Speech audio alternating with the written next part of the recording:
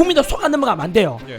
지금도 계속해서 탄핵 찬성하는 쪽에서는 내란 수계를 왜 석방 풀어주냐만 하잖아요. 내란이라는 거 어디 있는데? 재판 안 했는데 예. 말이 돼요? 오늘 와이셔츠 너무 멋있는데. 예, 감사합니다. 예, 오늘 아침에 혹시 그 혼자 다녀오신 거 아니에요? 아니요. 오늘 헌재 다녀왔죠. 지금 눈 오는데 예. 안 그래도 그 성경에 나오는 예리고성 무너지는 그 예. 성경 말씀을 따라서 하루에 한 바퀴 돌거든요. 헌재를. 그리고 7일째 되는 날 7바퀴 돌면 예. 그러면 우리 기도가 들어진다. 저절로 성이 무너진다라는 성경적인 이야기에 근거해서 헌법재판소가 결국은 우리가 원하는 대로 이루어질 것이다 이렇게 기대하고 다녀오는 길입니다. 성경책에 또 그런 게 네. 잘 몰랐습니다. 그 예리고성 예. 사례는 유명하지만 근데 헌법재판소에 지금 정말 눈물겨운 네. 애국 시민들 국민들이 굉장히 많이 지금 있었습니다. 진짜 그곳에는 지금 수십 명이 집단 단식을 하고 하루에도 수백 분이 집단 삭발을 하시죠. 아이고, 마야.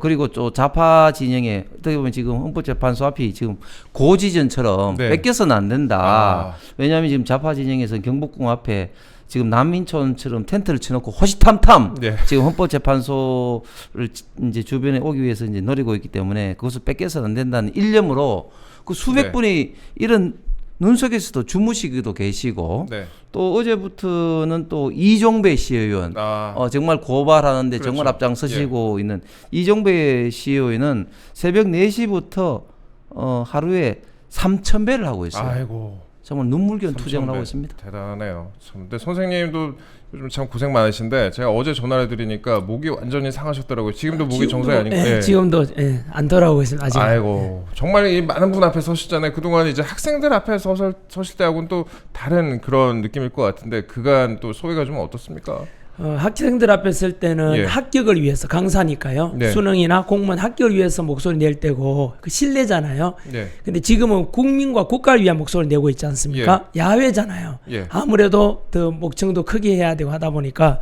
목이 가는 것 같습니다.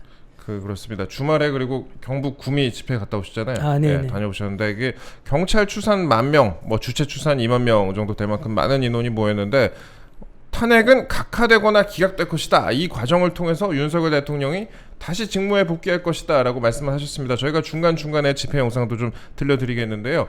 일단 각하되거나 기각될 것이다. 이 과정을 통해 윤 대통령이 다시 직무에 복귀될 것이다 이렇게 말씀하셨는데 사실 각하라는 말씀을 몇 주 전부터 선생님이 계속 하셨어요. 근데 네. 그때는 각하를 얘기하는 목소리가 많지 않았는데 아까 제가 홍석준 의원님하고 또 얘기를 했지만 네. 최근에 좀 정치권에 선생님과 비슷하게 정치권이나 네. 법조계에서 각하 얘기하는 목소리가 좀 늘고 있습니다.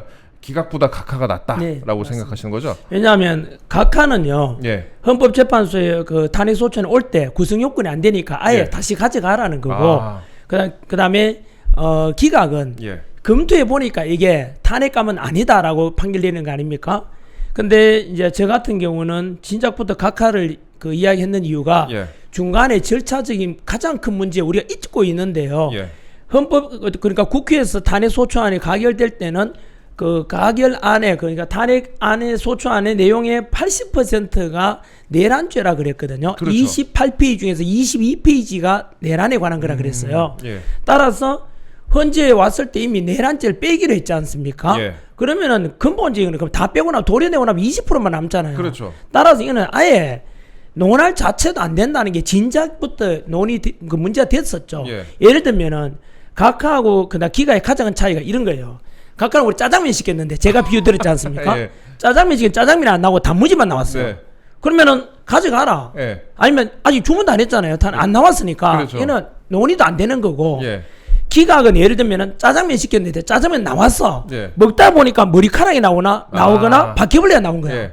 그러면 이제 누구 잘못인지 따져봐야 되잖아요. 그렇죠. 내 머리카락이 들어갔는지, 예. 내가 바퀴를 집어넣은지, 아니면 요리사가 잘못했는지, 요럴 경우는 이제 기각이 되죠. 예. 논의해서 보니까 야, 네 잘못이다 이렇게 하는 거고. 아까 말씀 이거는 각하가 맞죠. 왜냐하면은 근본적으로 뭐 80% 되는 걸 도려내버렸잖아요. 그 내란죄에 관한 걸. 그렇죠. 또는 이거는 논의 자체가 안 되는 거예요. 그리고 이것이 제가 최근에 와서 더 설득력이 있는 게 3일 전이었거든요. 예. 지난 구미 집회 오고 난 뒤에 그날 제 친구입니다. 그 서정욱 변호사가 서정욱 변호사님. 뭘 밝혀냈느냐 하면은 예. 지금까지 헌법재판소에서 모든 판결들은 헌법재판소 법의 것을 해석했는 주석서라는 게 있대요. 그렇죠, 헌법 그렇죠. 주석서. 예.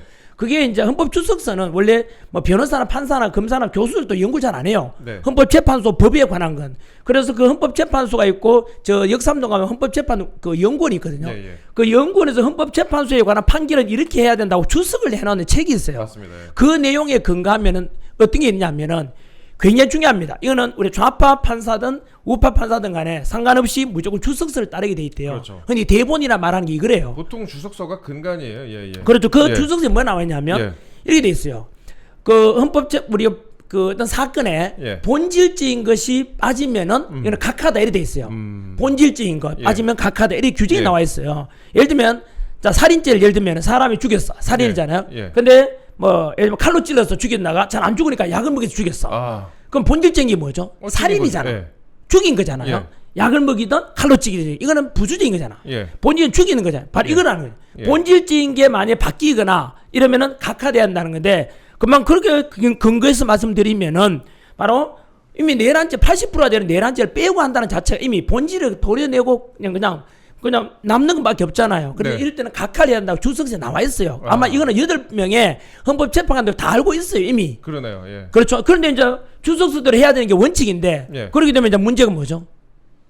이거 각하돼 버리면은 각화돼 버려. 무조건 인용하겠다고 목숨 걸고 민주당하고 같은 목소리 내고 있는 예. 바로 그 우리 문영배, 이미선, 정정미, 정계선 이런 우리 사인방. 예. 사인방 같은 경우는 골치 아파지죠. 그러니까 자꾸 예. 연기되는 거죠 지금. 연기되는 이유가 이 때문이라고 저는 생각해요. 그 진짜 그 짜장면 단무지 얘기를 하셨는데 네. 그 20%밖에 안 남은 거면은 꽃보다 전환길에서 꽃밖에 안 남는 거잖아요. 그렇죠. 전환길이 있어야 되잖아요. 전환길이 있어야 되는데. 네, 마찬가지입니다. 예. 그런 생각이 드네요. 아니 예. 우리 전생 이제 비유 중에 예. 아주 이제 전 국민에 아주 이제 많이 인용되는 비유가 저는 몇 가지 있다 보는데 네. 첫 번째는 방금 이제 그 짜장면 비유도 그렇지만 또 지금 그 탄핵 국면에 지금 조기 대선 준비하는 사람은 이제 아버지 살아계신데 이제 뭐 제사 준비한 호로자식이다. 네. 또 뭐 신을사 오족이다. 뭐 이런 어떤 이유가 지금 네. 이제 전 국민들한테 애용되는 그런 것인데 제가 참고로 딱 한마디 또 보충적으로 이야기를 하면 이제 좌파 진영에서는 어떻게 하냐면 내란죄를 뺀 게 아니다. 내란죄가 결국은 첫 번째 즉 비상계엄의 이런 어떤 위법성 거기에 소위 말해서 각 분야적으로 포함이 돼 있다, 포섭이 돼 있다, 네. 뭐 이런 어떤 논리를 펴고 있죠. 그런데 거기에 대해서 또 그 2017년 3월 10일 박근혜 대통령 인용 결정할 때 가장 핵심적인 주심 역할을 했던 강일원 전 재판관, 강일원 변호사가 어떤 이야기를 하냐면은 그때하고 지금하고 완전히 다르다. 완전히 다르다. 그때는 소위 말해서 대통령의 관련된 직접적인 형사소추할 수 없는 예를 들면 뇌물이라든지 뭐든지 이런 것들이기 때문에 일단 뭐 빼더라도 뭐 이렇게 됐는데 지금은 내란 이 부분은 대통령을 예외적으로 외환죄와 더불어 소추할 수 있는 사유이기 때문에 네. 이것은 당연히 포섭이 되는 것이나 별도로 해야 되는데 이걸 뺐다는 것은 굉장히 좀 심각한 어떤 문제가 있다. 오히려 전 재판관, 전 주심이 이렇게 문제를 강하게 또 제기하고 있습니다. 그렇습니다. 덧붙인다면요.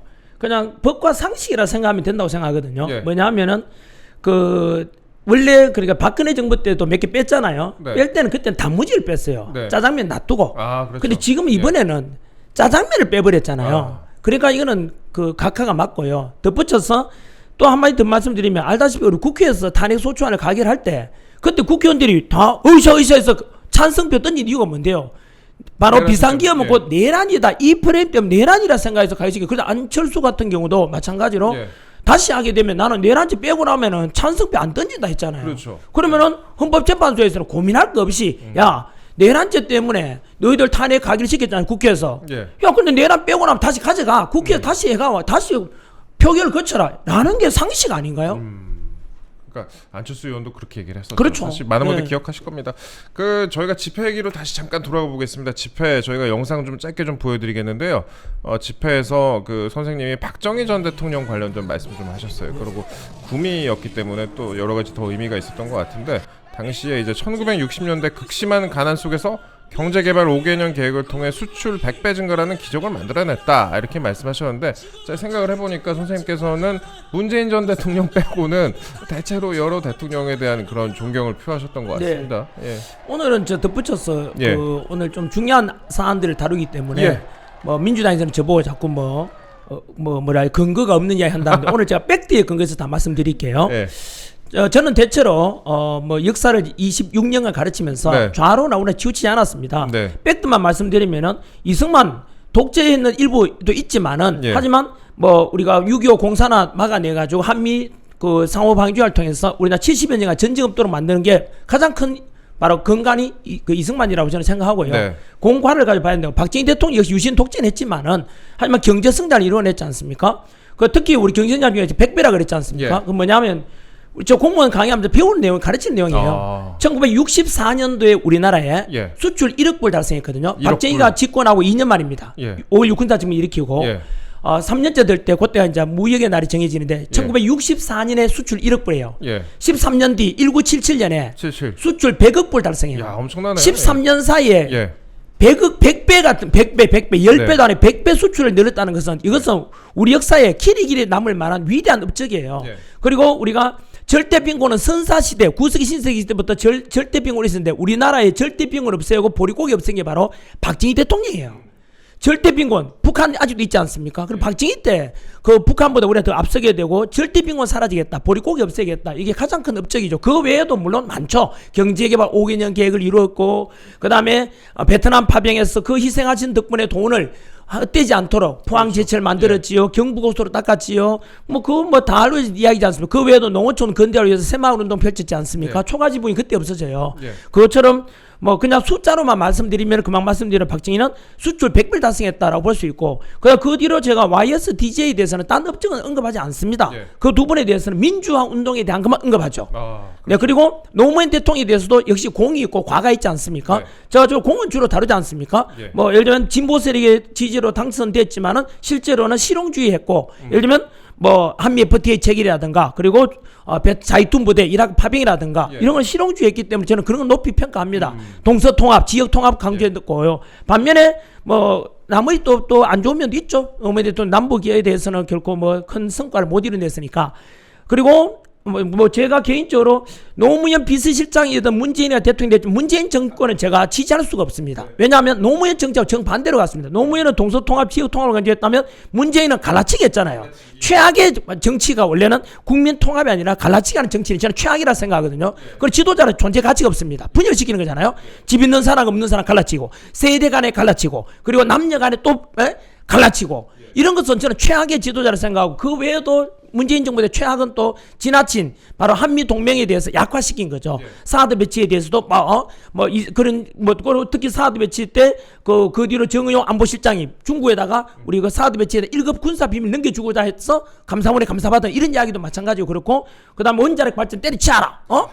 태양광 가져와줘. 중국 거 다 가져왔잖아요. 이런 것은 진짜 동의할 수 없죠. 그래서 지나치게 친중적이고, 그래서 흔히 말하는 우리나라에 중국이 너무 많이 들어와 있는 정치, 경제, 사회문화 많은 분야에 들어와 있거든요. 그것이 바로 문재인 때 했기 때문에 저는 그거는 절대 동의할 수 없고, 노무현하고도 정반대였기 때문에 저는 노사모 출신이지만 문재인의 정책에 대해서는 반드시 비판해야 된다고 생각하고 임팩트라고 생각합니다. 그 말씀의 연장선에서 선생님이 이제 연설하시다가 제가 이 부분이 좀 인상이 깊었는데, 조선시대로 따지자면은 이거 민주당은 삼족을 멸할 만큼 엄청난 범죄를 저질렀다라고 했더니 민주당에서 역사 왜곡업자 아니냐 이런 식으로 또 비판을 하더라고요. 어제 이제 민주당에서 부대변인이 전환길에 대해서 또 강력하게 씹었더라고요.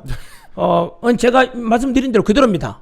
구미 집회에서 말씀드린 앵커분 말씀하신 민주당의 내란 모의는 이거는 조선시대 같은 역모다, 이거는. 역모다. 예, 역적 모의죠. 그래서 삼족을 멸해야 되죠. 그러니까 그 민주당 하는 말이, 아니 지금이 조선시대도 아니고 윤석열 대통령이 왕이냐라고 했는데 제가 단정을 깔았죠. 만약에 if 조선시대라면 두 번째 민주당이 역적 모의를 했느냐, 내란 모의를 했느냐에 대해서 제가 말씀드리는 건 이거죠. 만약입니다. 이게 현재 앞으로 향후에 수사도 진행돼야지만 우리 민주당에서는 비상기업이고 내란이라 했지만은 실제로 윤석열 대통령에 대한 내란이 있다 말씀드렸지만 그거는 지금 서서히 아니었다. 예를 들면 우리 누구죠? 곽종건 특전사령관에 대해서 민주당에서 회유했지 않습니까? 드러났지 않습니까? 민주당 김병주 의원, 부성차 의원, 박범계 의원이 그 특정사령관 불러가지고 특전사 불러서 니 내란이야. 최소한 무기징역이야. 막 덮으시니까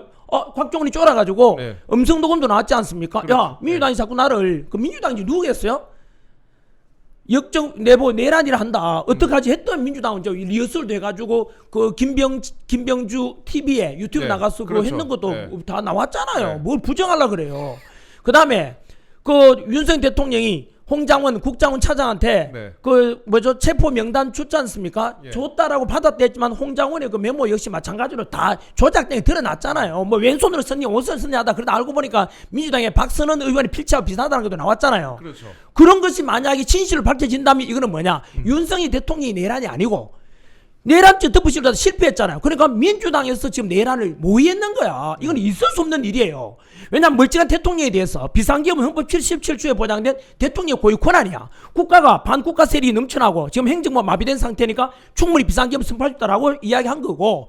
그러니까 민주당도 그걸 알아. 이거 같으면 이거 비상기업은 내란이라고 이렇게 주장했는데 이거 큰일 났네? 윤석열 대통령의 내란죄가 안 되겠네? 그러면 내란을 덮어씌워야 되겠잖아. 덮어씌우려 했던 것이 지금 드러난 게 그거라는 거죠. 예. 그러면 민주당에서 말씀드린 민주당 국회의원 몇 명이 바로 특전사령관 회의에서 야 내란 윤석열 대통령에 대해서 국회의원 끌어내라고 했다. 이거는 탄핵 그 뭐죠? 이거 그 탄핵 해결 못하 그러니까 비상기업 해제 못하도록 교사했는 거잖아요. 이것은 거짓 드러났고 그러면 결국은 이제 민주당이 거꾸로 윤석열 대통령에 대해서 죄 없는 윤석열 대통령을 내란을 지금 덮어씌운 거잖아. 이거는 만약에 사실을 밝혀지면 입법입니다. 예. 밝혀진다면 이거는 역정 모양 똑같죠. 조시대로 치면은 아, 대통령에 대해서 지금 현재 내란으로 덮어씌워서 끌어내린 거잖아요. 예. 이건 있을 수 없는 범죄 저질렀죠. 이건 조선시대 동안 3족을 멸하는 범죄 맞습니다. 왜곡이 전혀 없었다. 그럼요. 예. 조선시대라면 그런 거죠. 이렇게 또 선생님께서 강하게 네. 반박을 팩트로 하셨습니다. 그냥 두 가지 다 입법. 만약에 그랬지 않습니까? 예. 만약에 조선시대였다면 이거는 삼족을 멸하는 역적 모의다. 역모였고 두 번째 바로 만약에 민주당에서 회유했는 것이 나중에 또 수사해야 될 겁니다. 이건 이만저만한 범죄가 아니에요. 예. 멀쩡한 대통령을 좀 내란 혐의 덮으시는 거잖아요. 그래서 곽종건 사령 회유했는 거고 그다음에 홍장 국정차장 그 메모 조작했는 거잖아요. 예. 이런 거는 역적 모의라고 볼 수 있죠. 나중에 드러난다면. 사실 이게 그- 진짜 내란이죠. 곽종근 사령관 그 녹취 파일과 관련해서 상당히 여론에 좀 주목을 받았었죠. 이게 이 부분이 또 저는 헌법재판소에서 추가로 좀 다뤄줘야 된다라고 생각을 하고 있는데 이게 뭐 기일이 추가로 열리지는 않더라도 앞으로 이렇게 평의를 하는 데 있어서 특히 곽종근 사령관의 이런 그 녹취 파일 관련된 부분은 꼭 좀 다뤄줘야 된다라고 저도 생각을 하고 있습니다. 네, 덧붙여서 예. 민주당에서 다시 한번 민주당 백더 체크 세 가지 더 해드릴게요. 예. 짧게요. 그다음 뭐냐면 첫 번째 민주당은 예. 그러니까 윤석열 대통령에 대해서 내란죄 덮어씌우기 힘들다는 걸 알았기 때문에 예. 처음부터 뭐냐면 외환죄를 덮어씌우려고 했어요. 외환죄. 외환죄는 외부의 환란을 초래한 거 아닙니까? 그렇죠, 예. 북한에다가 풍선이나 드론 보내가지고 국지전을 도발하고자 했다라고 예. 민주당이 주장했었어요. 예. 실제로. 그 지금 조용하잖아요. 왜? 이것도 또한 대통령에 대해서 없는 범죄 외환죄를 덮어씌우려 했다는 거예요. 이것도 마찬가지로 나중에 사실이 아니라면 민주당은 책임을 져야 되는 문제예요. 장난칩니까 지금? 대통령에 대해서 외환죄 덮어씌운다는 이게 그냥 할 이야기입니까 이게? 책임을 져야죠. 그 다음 세 번째 지금도 민주당에서는 뭐라 하냐면 윤석열 대통령에서 내란 수계 내란 우두머리를 하지 않습니까? 예. 그리고 민주당 끈앞풀이 되는 그 언론도 똑같이 윤석열 대통령에 대해서 바로 내란 수계 내란 우두머리 그대로 지금 그 워딩하고 있지 않습니까? 예. 그거 여러분 가짜입니다. 왜냐하면 우리 중학교 사회 수준에만 알아도 사람들 판단할 겁니다. 뭐 바로 흔히 형이 확정되지 않을 때는 무죄 추정의 원칙이 있지 않습니까? 예. 이재명이 지금 2심까지 갔지만 아직 확정이 안 되기 때문에 우리가 범죄자로 이야기하지는 않잖아요. 범죄 혐의자. 혐의잖아요. 예. 근데 윤석열 대통령 아직 1심도 통과 안 했잖아요. 그럼 뭐 판결 받은 거 없잖아. 예. 그럼 무죄 추정인데 왜 그럼 내란이라 하죠? 이것을 민주당에서 답변해야 돼요. 그리고 이거 국민들 속 안 넘어가면 안 돼요. 예. 지금도 계속해서 탄핵 찬성하는 쪽에서는 내란 수계를 왜 석방 풀어주냐만 하잖아요. 내란이라고 어디 있는데? 재판 안 했는데 예. 말이 돼요? 국민들을 전부 다 완전히 거짓 선동하고 있는 것이 바로 민주당이고 그리고 그 민주당 끈앞을 언론들도 똑같이 보도하는 이건 거짓말입니다. 그 일부 언론 보면은 그냥 아예 내란 프레임을 박아서 들어가는 경우가 많아요. 그렇죠. 최근 잘못된 보니까. 거죠. 예. 그다음 세 번째 마지막으로 전환길에 대해서 거부를 하지 않습니까? 또는 뭐 우리 광화문이나 예. 그 우리 촛불 집회 그 촛불이 아니라 우리 여의도 집회하는 세이브 코리아에 대해서 예. 거부를 하는데 거부에 대한 근거대 보세요. 아, 거부라면은 히틀러 나치당처럼 폭력성을 동반해야 돼요. 근데 전환길이 지금 8번 집회 나갔지만 한 번도 폭력이나 다치 이런 거 없어요. 그렇죠. 언제나 화합과 평화를 주장하잖아요. 왜 거구지? 전환길은 노상무 추진으로 극히 국민 상식파라 생각하는데 이게 왜 거구죠? 답변해야 되죠. 민주당 그래 거짓말하고 있는 거야 지금도. 민주당 이 영상 보고 있다면 답변해보라고. 야 너희도 거짓말하고 있잖아. 지금 1심도 안 받았는데 뭐 윤석열 대통령 왜 내란이야? 그런데 그 다음에 민주당을 지지하는 국민 여러분 역시 여러분들도 거기에 거짓말에 동조하고 있는 거죠. 재판 안 받니 뭐 내란죄야. 두 번째 왜 거구지? 제가 전환기를 향후부터 거구라 하는 사람들은 본인들이 워낙 극좌빨들이야. 워낙 극좌하니까 가운데 있는 전환길도 거구로 보인다고 저는 생각해요. 반박해 보시라고. 백도 아닙니까 이거? 네, 반박해 보시라 이렇게 말씀하셨습니다. 에너지를 막 쏟아내셨는데 사실 저기 잠깐 저희가 얘기 좀 해보자면은 의원님하고 같이 이렇게 구미에서 대구에서 만나시기도 하고 그러셨죠? 그렇죠. 그 지난주에는 예. 또 국회에서 예. 이제 그 우리 이제 우파 시민 단체에서 이제 국민 저항권 관련된 이제 세미나에서도 이제 만났습니다. 근데 우리 전 선생이 말씀한 것에 이제 조금 더 붙이면 우리 그 우파가 좌파에 비해서 뭐 좀 부족한 게 뭐냐면 프레임 맞아요. 전쟁 그리고 이제 조작 선동에 비해서 이제 많이 밀리죠. 예를 들면 우리가 그동안 일방적으로 어떤 프레임에서 밀린 게 이런 겁니다. 예를 들면 역대 우파 대통령에 대해서는 굉장히 좌파에서 굉장히 좀 평가 절하를 했어요. 이승만 대통령 그동안 이승만 대통령 뭐라고 비판했습니까? 친일 뭐 이런 식으로 해서 계속해서 비판을 했어요. 근데 최근에 들어와서는 이승만 대통령에 대한 재평가가 지금 이루어지고 그렇죠. 있죠. 예. 그다음에 또 이 극우 프로임도 보면은 과거 2017년도부터 지금 좌파에서 이 그 아스팔트의 강성 지지층과 극단적으로 이렇게 분리하기 위해서 극우 프레임을 씌웠습니다. 극우 프레임이라는 게 결국은 이제 폭력을 동반해서 이제 기존 체제를 뒤엎어야 되는데 그런 식으로 따지면은 뭐가 진짜 극자냐면은 얼마 전에 그 남태령에서 전농 단체들이 트랙터를 몰고 대통령 한남동에 가서 강제 체포하겠다. 그거야말로 정말 극자입니다. 폭력성을 그 동반하고 있기 때문에. 근데 우리 우파 시민단체들은 대부분 그렇지 않아요. 그럼에도 불구하고 계속해서 극우 프레임으로 이제 몰고 갔기 때문에 국민의힘 의원들 상당수가 그런 어떤 단체에 나가기를 꺼려하고 그랬는데 이제 그런 것들도 이제 우리가 네. 어떤 그런 프레임 전쟁에서 우리가 결코 밀려서는 안 된다. 뭐 그런 어떤 측면에서 우리가 다시 한번 생각해봐야 할 이슈입니다. 전환 교수님이 특히 이제 프레임을 반박하는데 많은 역할을 하고 계신다라는 게 이제 많은 분들의 그런 생각인데요. 저희가 좀 몇 주 연속으로 다뤄보는 내용이 있습니다. 그 윤석열 대통령 이번 주 금요일 선고 임박 이런 내용인데 이게 2월 말부터 윤석열 대통령 이번 주 금요일에 선고할 것 같다라는 기사가 계속 나오고 있는데 3월 18일까지도 왔는데 아직도 이제 그런 기사가 이번 주 금요일에 약간 복권 긁는 느낌으로 약간 계속 나오고 있어요. 근데 아직도 뭐 눈도 내리고 있는데 이게 2월 말부터 계속 반복이 되고 있습니다. 헌법재판소가 왜 이렇게 고심을 하는 건지 많은 분들이 좀 궁금해하고 있습니다. 그 답이 늦어지는 이유. 선생님께서 법조인은 아니시지만 그래도 가장 생각을 많이 하고 계실 거 아니에요, 우리나라에서. 그 답변 좀 부탁드릴게요. 가장 근본적인 게 예. 절차적 정의가 문제가 생겨서 그렇습니다. 절차적 정의. 예. 뭐냐면은 다 알다시피 다 알려진 거 아닙니까? 예. 이건 뭐 법 전문가라고 아는 게 아니고요. 이미 국민들이 너무 잘 알게 됐어요. 지금은 뭐 유튜브란 이런 걸 통해서 뭐냐면은 그 첫 번째가 바로 그 우리 헌법 최고의 권위자인 허영 교수님께서 지적했듯이 네.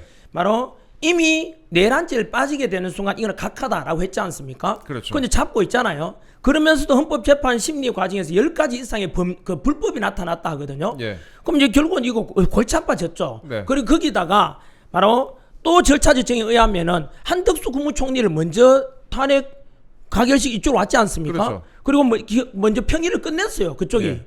한덕수에 대해서는 예. 먼저 최후 변론이라 하죠. 그 먼저 끝냈어. 한 달 전에 끝냈어요. 그렇죠. 이미. 근데 예.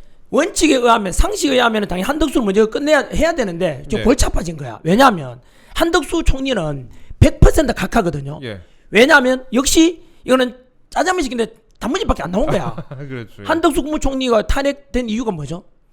바로 대통령 대행이잖아요. 예. 대행이었는데 한덕수에 대해서 과연 한덕수를 만약에 그 탄핵시키려고 한다면 정족수가 국무총리면은 가반수인 151명이면 가결되죠.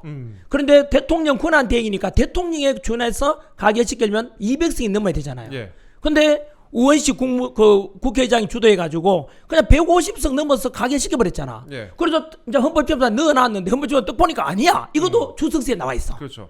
예? 헌법 주석서에 뭐라고 나와 있냐면 국무총리가 일대는 과반수 찬성이면 가결이다. 탄핵된다. 하지만 대통령 권한 대행일 때는 3분의 2, 대통령에 준하는 3분의 2가 찬성하면 가결된다고 주석서에 뻔 나와 있어요. 그렇죠. 100% 이거는 각하가 되는 거야.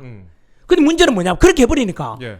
한덕수 국무총리가 뒤에 이제 대행이 된 최상목 대행이 임명했는 정계선하고 조한창이 예. 헌법재판관이 결국 이제 임명이 무효가 되는 거야. 그렇죠. 맞잖아요. 예. 그러면 이제 어떻게 골치 아파지는 그 정계선하고 조한창은 이제 그만둬야 되는 거야. 그럼 이제 윤석열 대통령에 대해 탄핵 이제 이제 예를 들면 뭐라 하지 선고하려니까 예. 8명 아니라 6명밖에 안 되잖아. 그럼 이제 누가 난감하겠어요? 난감한 게 마찬가지로 인용과 그리고 파면을 원하는 문영배와 그 일당들은 골치 아파진 거야 지금. 예. 그러니까 이럴도 저럴 못하는 거야. 다시 한번 말씀드릴게요. 자, 우리가 법과 상식과 법치 그리고 공정과 상식에 의하면 헌법 주석서에도 나와 있듯이 바로 본질적인 사건, 본질적인 내용인 바로 내란죄가 빠졌으니까 각하되는 게 원칙이야. 두 번째, 한덕수 국무총리도 마찬가지로 각하되는 게 원칙이야. 거기 나와 있어. 법과 절차에 의하면. 그런데 문제는 왜 이렇게 오래 가느냐? 진작에 났어야 되는데 안 나오고 있는 이유는 뭐냐? 누군가가 중간에서 막는 거잖아. 문영배지 뭘?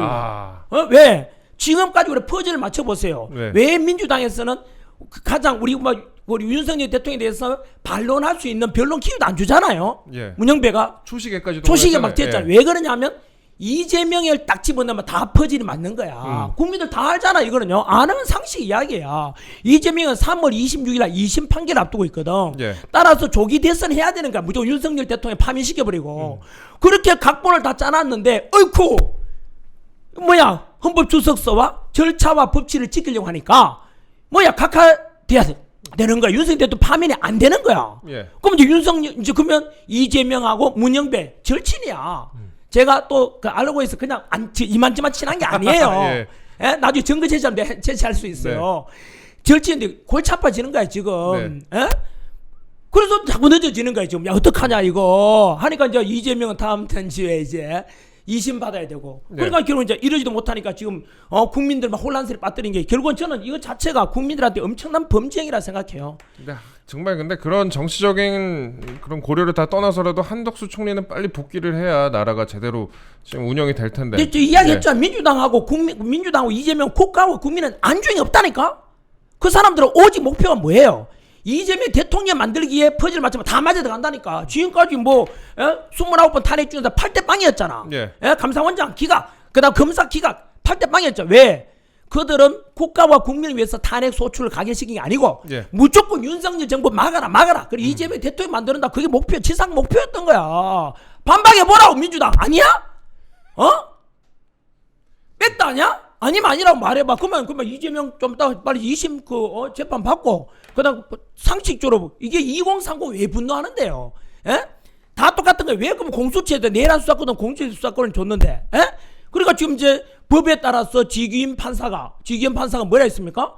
결국은 공수처에서 수사권도 없는 공수처에서 왜 수사했냐? 절차적 지금 또 문제해버렸잖아. 제기했잖아요. 그리고 석방해버렸잖아. 그것이 헌법재판의 영향을 받죠. 왜? 여기도 절차적인 정의에 어긋나고 있잖아요. 그래서 저는 분명히 말씀드릴게요. 혹시 저보고 자꾸 묻더라고. 어제 박찬대도 그렇고 국민의힘보도 그랬잖아요. 왜? 헌법재판소에 어떤 판결이 나오든 기각이든 각하든 인용이든 승복해라. 예. 그 지난길에 물어보세요. 저는 승복하는 게 원칙은 맞아요. 단 조건이 있어. 조건이 뭐냐면 법과 그리고 절차적 정의에 근거해서 결정 내렸는 것에 대해서는 승복해야죠.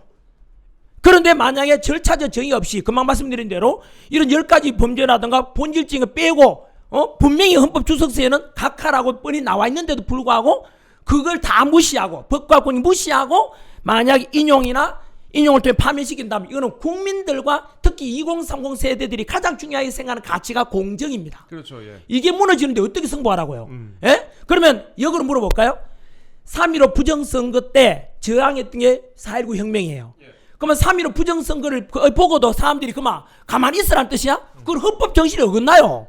헌법 정신 전문에 뭐 나와 있습니까? 뭐냐면 그런 불이한 3.15 부정선거에 맞서서 일어난 4.19 혁명 정신을 우리 헌법은 계승한다 돼 있어요. 예.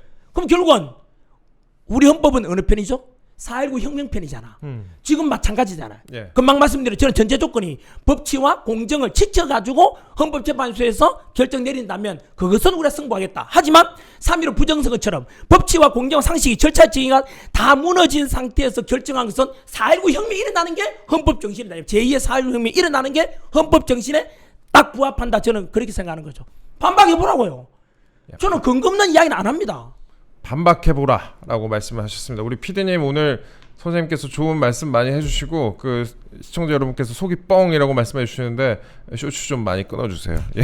방금 민주당 있는 줄 알았어요. 예. 아유 저는 제가 약간 민주당도 아닌데 약간 속이 그랬었는데 선생님께서 좀 속이 뻥하는 그런데 그런 말씀하셨어요. 최근에 이제 민주당도 지금 태도가 달라지는 게 지금 3월 초까지만 하더라도 지금 국민의힘이나 윤석열 대통령에 대해서 성복 이런 식으로 어떻게 보면 성복이라는 논리로 이제 압박을 가했는데 예. 최근에 민주당 태도가 완전히 달라진 게 만약에 탄핵이 기각이 되면 진짜 내란이 일어날 거다 이런 식으로 지금 민주당이 지금 이야기하고 있어요. 특히 좌파 유튜브 같은 데는 몇 군데에서는 진짜 탄핵이 기각이나 각하가 되면은 진짜 총 들고 나가야 된다. 입장 바뀌었네요. 그냥. 이 입장이 예. 완전히 지금 예. 달라지고 있죠 지금. 그 말은 뭔지 아세요? 그 좌파들은 법치와 공정은 필요 없다는 뜻이잖아.